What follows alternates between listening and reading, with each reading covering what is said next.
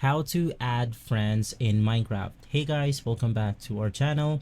If you are recently playing Minecraft and you want to add your friends on the Minecraft launcher or the Minecraft game, it's really simple to do.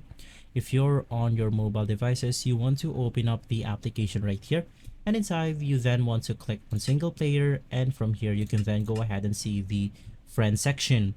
So if you are using your Windows computer, you simply want to go ahead and open up your Xbox application. And once inside, you can then go ahead and add friends straight from the Xbox launcher right here. To do that, you want to navigate through the friends section below your screen. And from here, you can then go ahead and search people. And right after, you can now go ahead and click on the add button. Now, right after adding your friends on the Xbox game, you can just go ahead and open up Minecraft from the Xbox right here. And from there, you will be able to add them as a friend on Minecraft. If this video has been helpful for you, please consider by liking and subscribing. I'll see you again next time. Thank you.